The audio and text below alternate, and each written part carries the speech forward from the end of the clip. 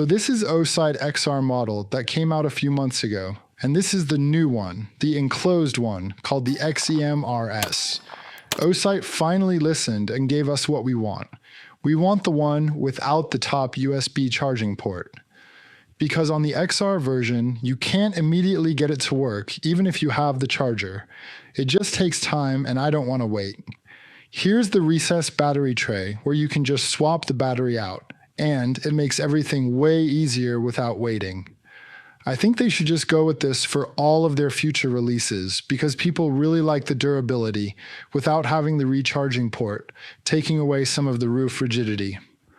So without wasting your time, we got this mounted on a non-fancy Glock 19 with everything stopped besides the Norso slide. And let's see how this thing shoots.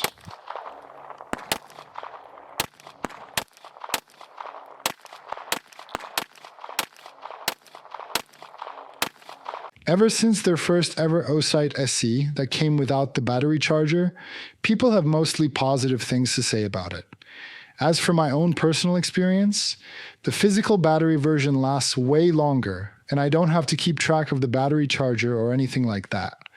As much as I think it's a cool thing to have, I really prefer this one with just a battery tray. It's just easier to maintain even if you lose it. Now let's look at the overall profile of this thing.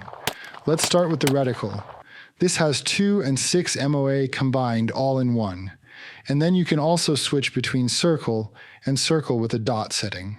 The dot is pretty clean, but there is noticeable distortion like these when you move the dot closer to the edge. For dot brightness, luckily I tested this on a sunny day, so watch this when I crank this up all the way up. I was able to see the dot clearly when the sun was beating down, even when I'm wearing my sunglasses. And no, this one doesn't feature any sort of forward light sensing technology like the new Holosun 507CX3. So you won't get the dot to readjust based on the lighting condition at the target plane. I wouldn't say this is a direct competitor to the Holosun or the Trijicon RMR HD, but this is something just different on its own. I will say this window is similar to the 507, and all these are even bigger than the RMR. So this type of window size gets you excited. The deck height is slightly higher if you just compare these on the screen. So the optic is exactly the same as the XR from last year. It's fully enclosed front and back. The lens hood leans forward a little, but it doesn't lean that much forward like the SRO. On this clock, it doesn't interfere with the breech whatsoever. But this doesn't need to be just a pistol dot. You can mount this on long guns too. On the back, they have this pop-up rear iron sights, and you can tuck it in if you already have something. It's a niche feature. I personally don't find it useful, but if you have a slide that doesn't have a rear sight, then this can at least give you something to work with.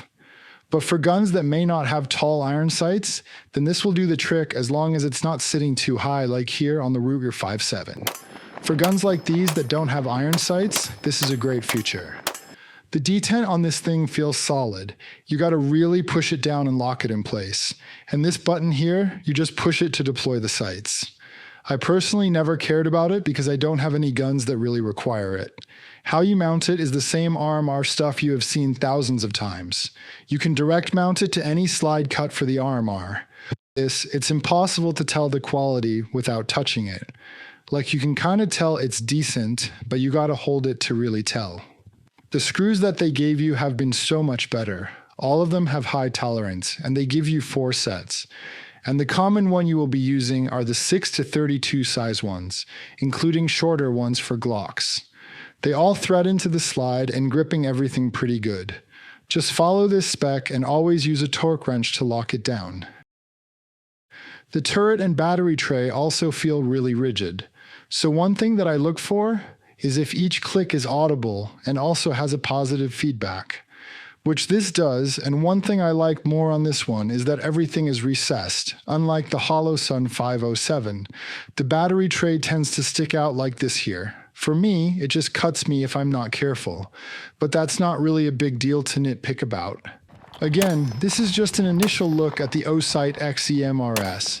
It's basically a better version of the Osight C version, and it's for anyone who isn't ready to blow $500 or even $800 on an optic in a terrible economy like we are in right now. So I'll leave the link in the description, check out the code, and come back and tell me if that's helpful.